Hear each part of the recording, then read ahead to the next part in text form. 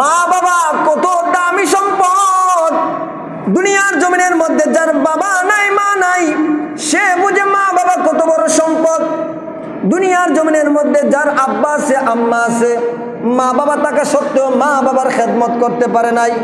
নবীজি সাল্লাল্লাহু আলাইহি ওয়াসাল্লাম হাদিসের মধ্যে বলেন, হুমা জান্নাতুকা ওয়া নারুকা ওয়া নারুকা।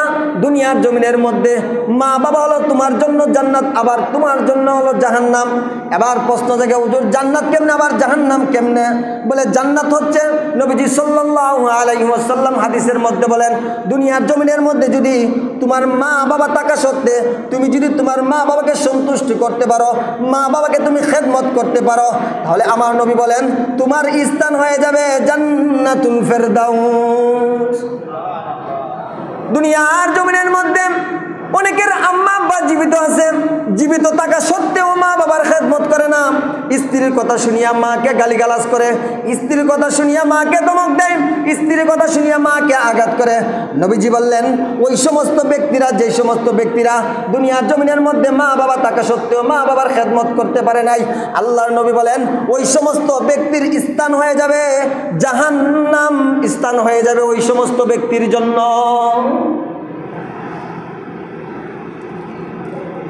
এবার মা বাবা আছে, তারপর আমরা কদর করতে জানি না। একটা কথা আছে যে থাকতে সময় মূল্য দিতে আমরা জানি না, হারানোর পরে আমরা কি করি? আফসোস করি। হারানোর পরে কি করি? আফসোস করি। নবীজি সাল্লাল্লাহু আলাইহি ওয়াসাল্লামের সাহাবী, দুনিয়ার জমিনের মধ্যে এমন সন্তান আছে মা বাবার সঙ্গে বেয়াদবি করে, বেয়াদবি করার কারণে কি ফল হয় দেখেন। নবীজি সাল্লাল্লাহু আলাইহি ওয়াসাল্লামের একজন সাহাবী, মশহুর সাহাবী, প্রসিদ্ধ সাহাবী, যেই সাহাবী মক্কা নগরীর মধ্যে সবাই এক নামে চিনত দানবীর সাহাবী হিসাবে, যেই আলকামা রাদিয়াল্লাহু তাআলা আনহু দুনিয়ার জমিনের মধ্যে মক্কা নগরীর মধ্যে একজন প্রসিদ্ধ সাহাবী ছিলেন। কিরকম প্রসিদ্ধি? মক্কার অলিতে গলিতে ওনাকে সবাই চিনত একজন দানবীর সাহাবী হিসাবে। মা বাবার সঙ্গে বেয়াদবি করার কারণে আল্লাহ তাকে কি শাস্তি দেয় দেখেন। নবীজি সাল্লাল্লাহু আলাইহি ওয়াসাল্লামের সাহাবী আলকামা রাদিয়াল্লাহু তাআলা আনহু যখন মৃত্যুমুখে পতিত হলো, মৃত্যুমুখে যখন পতিত হয়ে যাবে, যখন সাকরাত আরম্ভ হয়ে যাবে, আরম্ভ হওয়ার আগ মুহূর্ত টাইম আলকামা রাদিয়াল্লাহু তাআলা আনহুর জবান দিয়ে কালিমা বাইর হচ্ছে না।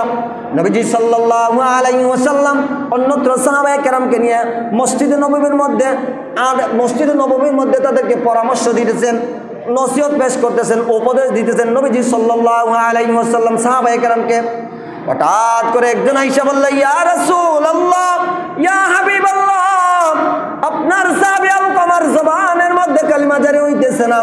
নবীজি সাল্লাল্লাহু আলাইহি ওয়াসাল্লাম দৌড়ায়া বেলাল রাদিয়াল্লাহু তাআলা আনহুকে বললেন, হে বেলাল, তুমি দৌড়ায়া আলকামার অবস্থাটা দেখে আসো, তারপর তুমি আয়েশা আমার কাছে বলো। আলকামা রাদিয়াল্লাহু তাআলা আনহুর কাছে যখন বেলাল রাদিয়াল্লাহু তাআলা আনহু দৌড়ায়া গেল, গিয়া দেখলো যে আলকামার জবানের মধ্যে কালিমা জারি হইতেছে না। বেলাল রাদিয়াল্লাহু তাআলা আনহু দৌড়ায়া নবীর দরবারে আয়েশা বলতেছেন, ইয়া রাসূলুল্লাহ, ইয়া হাবিবাল্লাহ, আলকামার জবানের মধ্যে কালিমা জারি হইতেছে না। আবার নবীজি বললেন, ও বেলাল, তুমি আলকামার মাকে গিয়া বলো আমার কাছে আসতে। বেলাল রাদিয়াল্লাহু তাআলা আনহু দৌড়ায় আবার আলকামার মার কাছে গিয়া বললেন, ও আলকামার মা, নবীজি আপনাকে আহ্বান করেছে, ডাক দিয়েছে নবীজির দরবারে যাওয়ার জন্য। আলকামার মা ছিল একবারে বয়স্ক মানুষ, লাঠি বর দিয়ে আসতো, লাঠি বর দিয়ে হাঁটা চলাফেরা করতো। কিন্তু বেলাল রাদিয়াল্লাহু তাআলা আনহু যেই কথা বললো, বলার পর আলকামার মা চিন্তা করতে লাগলো, আমি যদি নবীজির কাছে না যাই, আমি যদি নবীজির কাছে না যাই, নবীজি যদি কষ্ট পায়, তাহলে আমি আলকামার মা সহ্য করতে পারবো না। আলকামার মা দৌড়াইয়া লাঠি বল দিয়া দিয়া নবীর দরবারে আয়েশা যখন উপস্থিত হইল, নবীজি সাল্লাল্লাহু আলাইহি ওয়াসাল্লাম আলকামার মাকে জিজ্ঞেস করলেন, ও আলকামার মা, আলকামা কি তোমার সঙ্গে এমন কোনো বেয়াদবি করেছিনি? যেই মাত্র নবীজি এই কথাটা বললেন, বলার পরেই আলকামার মার চোখ দিয়ে পানি বাইর হইতেছে। নবীজি সাল্লাল্লাহু আলাইহি ওয়াসাল্লাম বুঝতে আর দেরি হইল না। নবীজি সাল্লাল্লাহু আলাইহি ওয়াসাল্লাম বাকিগুলো বুঝে ফেলেছেন। বুঝে যাওয়ার পর নবীজি বলতেছেন, ও আলকামার মা, তুমি আলকামাকে মাফ করে দাও। তুমি যদি আলকামাকে মাফ করে দাও তাহলে আলকামার জবানের মধ্যে কালিমা জারি হইবে, আর তুমি যদি আলকামাকে মাফ না করো তাহলে আলকামার জবানের মধ্যে কালিমা জারি হইবে না। আলকামার মার কাছে যখন নবীজি সাল্লাল্লাহু আলাইহি ওয়াসাল্লাম এইভাবে বললেন, বলার পর আলকামার মা বলতেছে, ইয়া রাসূলুল্লাহ, ইয়া হাবিবাল্লাহ, আমি আপনার কথা মানতে পারবো না। তখন নবীজি সাল্লাল্লাহু আলাইহি ওয়াসাল্লাম বললেন, ও আলকামার মা, তাহলে আলকামাকে সরাসরি আমরা আগুন দিয়ে পুড়িয়ে দেই। নবীজি সাল্লাল্লাহু আলাইহি ওয়াসাল্লাম যখন এই কথা বললেন, মার সঙ্গে সন্তান যত রকমই বেয়াদবি করুক না কেন, মা বাবার সামনে সন্তানকে কেউ আঘাত করতেও পারে না। মা বাবা যতই সন্তানের প্রতি নারাজ হোক না কেন, অন্য একটা মানুষ যদি মা বাবার সন্তানের প্রতি কোন ব্যক্তি আঘাত করে তাহলে ওই মা বাবা সহ্য করতে পারে না। যতই সন্তানের প্রতি অসন্তুষ্ট থাকুক না কেন, মা বাবার সামনে সন্তানকে কেউ মারতে পারে না।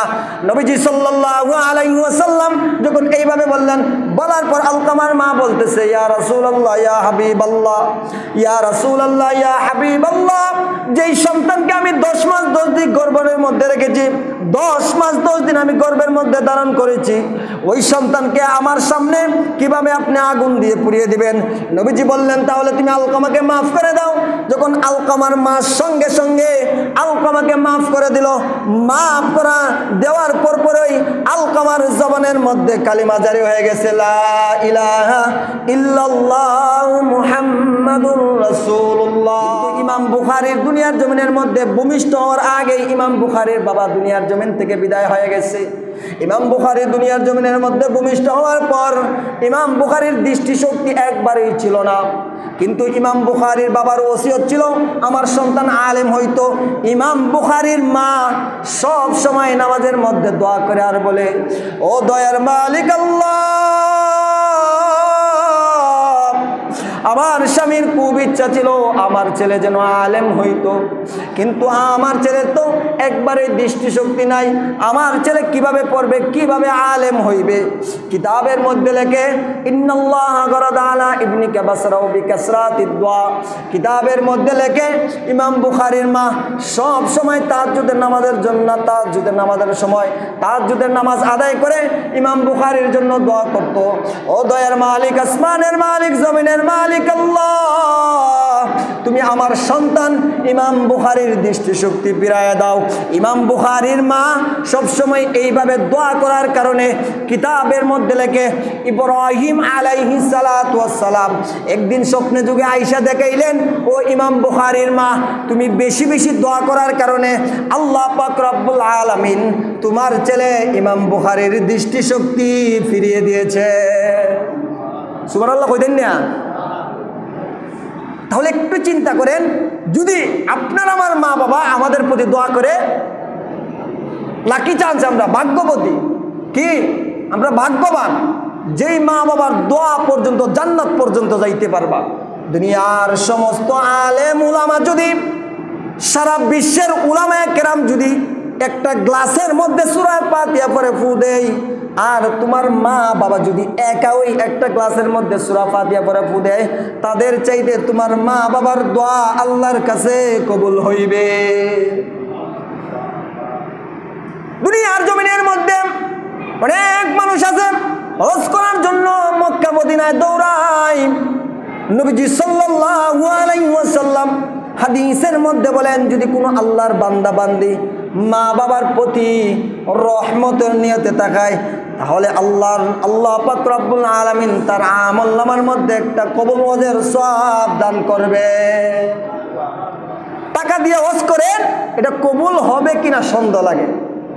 টাকা দিয়ে হজ করেন, টাকাটা হালাল না হারাম আপনিই ভালো জানেন, হজটা কবুল হবে কিনা সন্দেহ লাগে।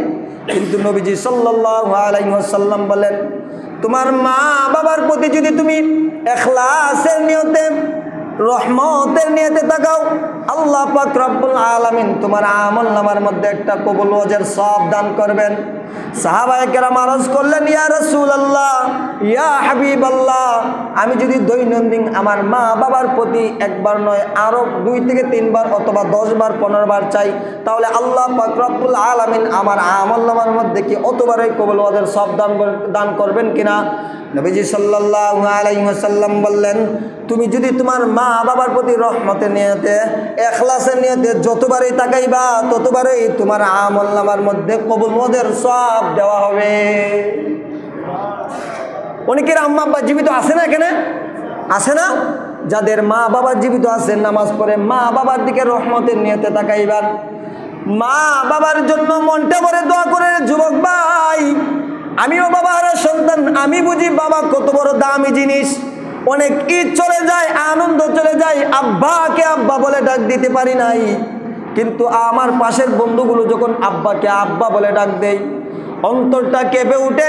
আজকে যদি আমার বাবা থাকতো তাহলে কতই না খুশি হইতো, আজকে যদি আমার বাবা থাকতো তাহলে আমি কতই না খুশি হইতাম, বাবাকে বাবা বলে ডাক দিতে পারতাম। কিন্তু দুনিয়ার জমিনের মধ্যে অনেকের আম্মা আব্বা থাকা সত্ত্বেও মা বাবার খেদমত করতে পারো নাই। আমিও তোমাদের 2টা পায়ে হাত রেখে বলি, যুবক ভাই, বৃদ্ধ বাবারা, যদি তোমরা তোমাদের মা বাবার খেদমত করতে পারো, আমার কথা নয়, আমার বাবার কথা নয়, আমার কোনো বংশের কথা নয়, নবীজি সাল্লাল্লাহু আলাইহি ওয়াসাল্লাম হাদিসের মধ্যে বলেন, দুনিয়াতেও তুমি শান্তি পাইবা আর পরকালে তোমার স্থান জান্নাতুল ফেরদাউস হয়ে যাবে।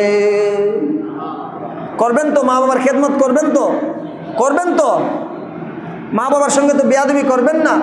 যেই আয়াতে কারিমা তেলাওয়াত করেছি ওই আয়াতে কারিমার কোনো কিছু বলতে পারি না, শুধু প্রাসঙ্গিক অর্থটা বলছি, কোনো কিছু বলতে পারি না, সময় একবারে স্বল্প। আল্লাহ পাক রব্বুল আলামিন আমাদের যাদের মা বাবা আছে তাদের যেন আমরা খেদমত করতে পারি, আল্লাহ পাক রব্বুল আলামিন আমাদের সবাইকে যেন তৌফিক দান করেন। সকলে